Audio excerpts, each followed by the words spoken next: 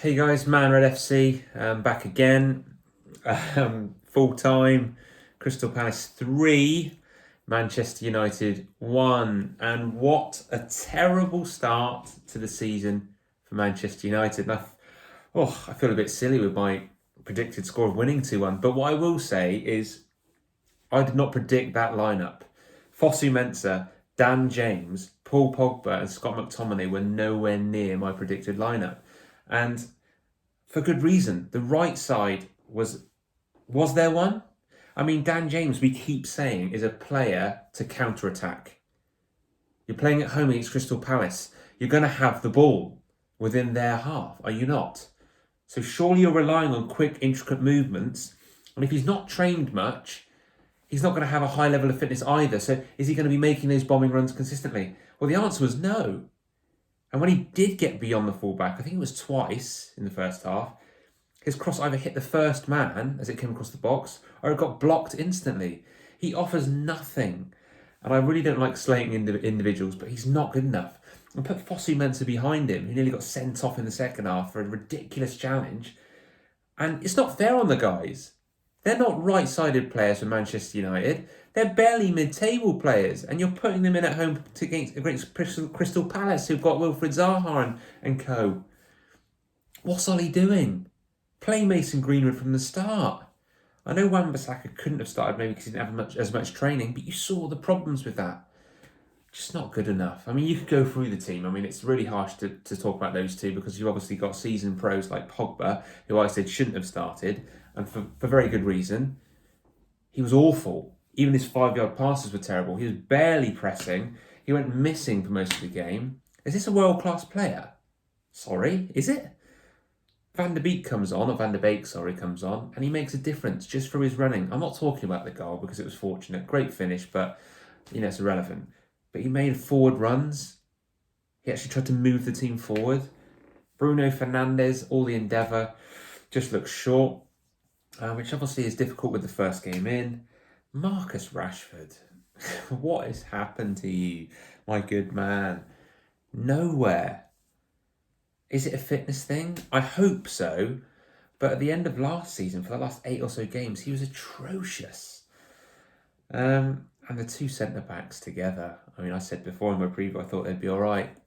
Egg on my face. Atrocious. The penalty wasn't a penalty. I mean, let's get that straight. I mean, I don't know what Lindelof can do. Bar cutting his own arms off.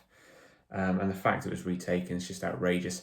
But what I implore all Manchester United fans to do is do not blame that result on that. Do not talk about the penalty. Forget about it. That is not the reason we lost that game. The reason we lost that game was we were just really poor. I think we weren't fit enough, but I didn't think we really wanted it. That looked like a performance from a few years ago before we had Bruno Fernandes. And that's alarming to me. And what's worse is we cut to Ed Woodward sat in the stands with his mask on.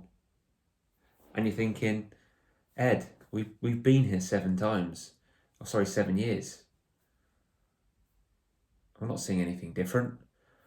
And the problem we have now is Ollie finished 3rd last season, so the expectation is that much higher. Well, at least from me.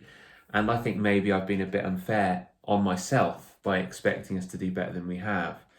And the worry now is with Tottenham obviously strengthening with their signings and Chelsea obviously buying players and Everton looking strong. Top 4 is going to be hard, man. And we're expecting a minimum of 3rd, aren't we?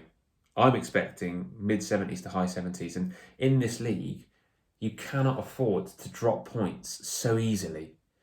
I was speaking to my friend during the game. He's like, "It's okay, first game of the season, we'll get it back." And I was like, "Mate, we cannot afford these performances." And I know it sounds so sensationalist. Oh, we've lost season over. But you actually can't. You can't afford such lethargic performances. And I said to him, it'll be interesting because he said, it's the first game for us, the second for Palace, which might be something to do with it. And yeah, it might be. But let's watch Manchester City tomorrow, shall we? And let's see if it affects them the same way as it supposedly affected us. Really poor. Just, it looked like the relationships weren't there. I mean, what's happened? Luke Shaw was okay, but not brilliant. David De Gea's connection with Lindelof and Maguire, Maguire was atrocious. I mean, David De Gea nearly got caught short, rushing out of his goal. Fosu Mensah isn't a United player. Dan James isn't a United player. Scott McTominay is like drinking tea through a sieve. It doesn't work. He's not a CDM.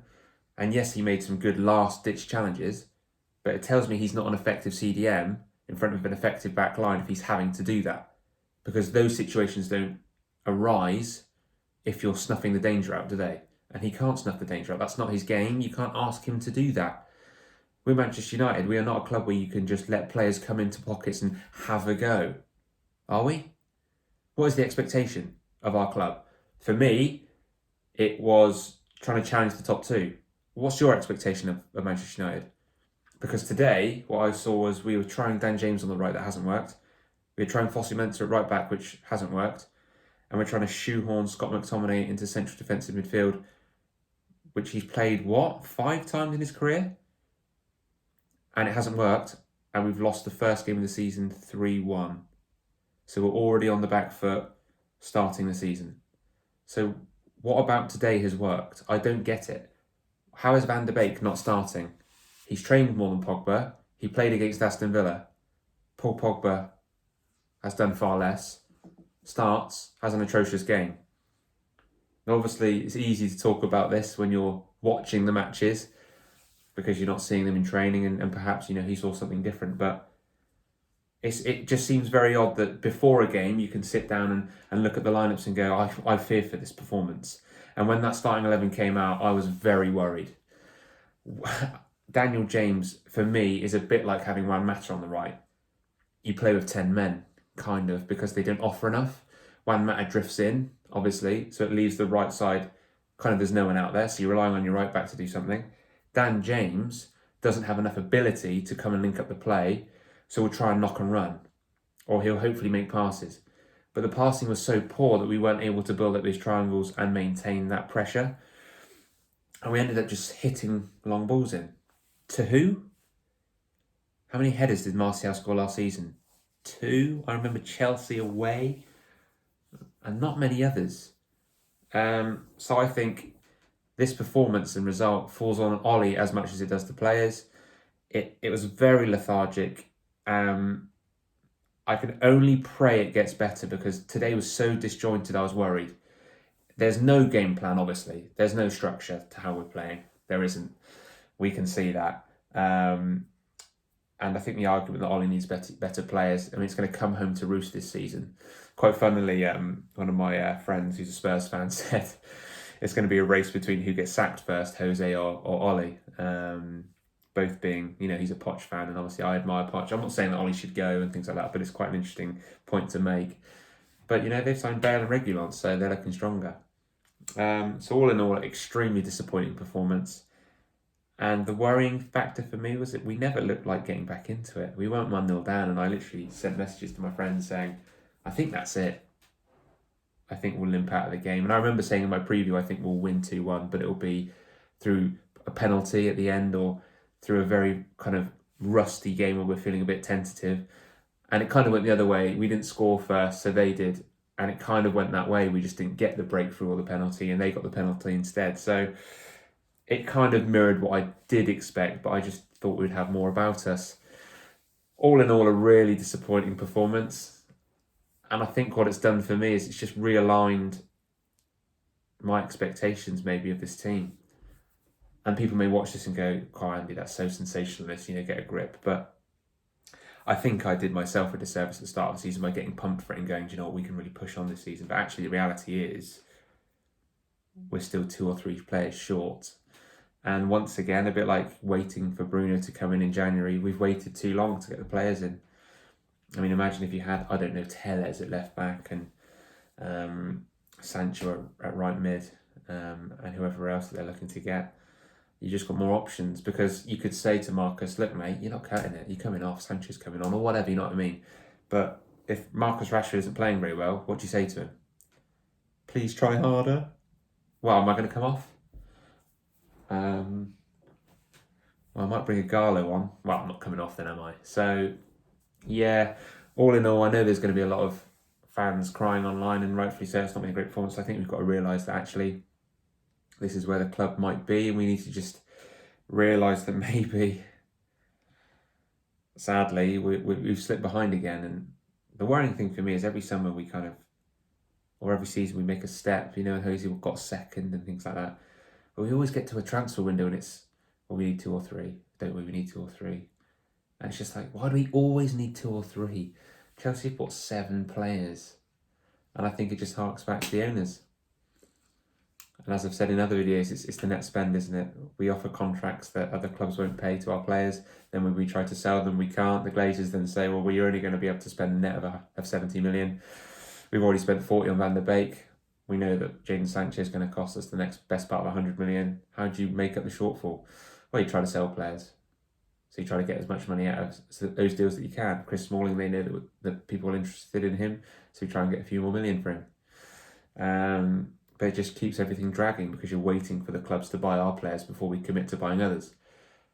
And then you start throwing away games. It felt like we just kind of surrendered the game today, which is a shame. And I don't know, it's a bit worrying, I think. You know, I'm used to always wanting to win everything all the time and having that arrogance that I think we could and we can. But every season seems to tick around again and we just have the same performances. And it just makes me think, is it going to be another season where I've expected too much? Obviously, on to the next one, and always going to support the boys and you want them to push on. But Ed Woodward has to just watch that and go, fuck me. We need someone. Ring the Glazers, do something. Just say, look, lads, if we're not bringing anyone in, we're in for some trouble this season. And I just pray that Ollie gets the players he can, because the pressure's going to build, and obviously Ed's going to go, well, I'm not getting sacked, so you are, Ollie. So yeah, not brilliant. 3-1 loss. Fuck me, not even 2-1. 3-1 loss. On to the next game. Hopefully we can get a win.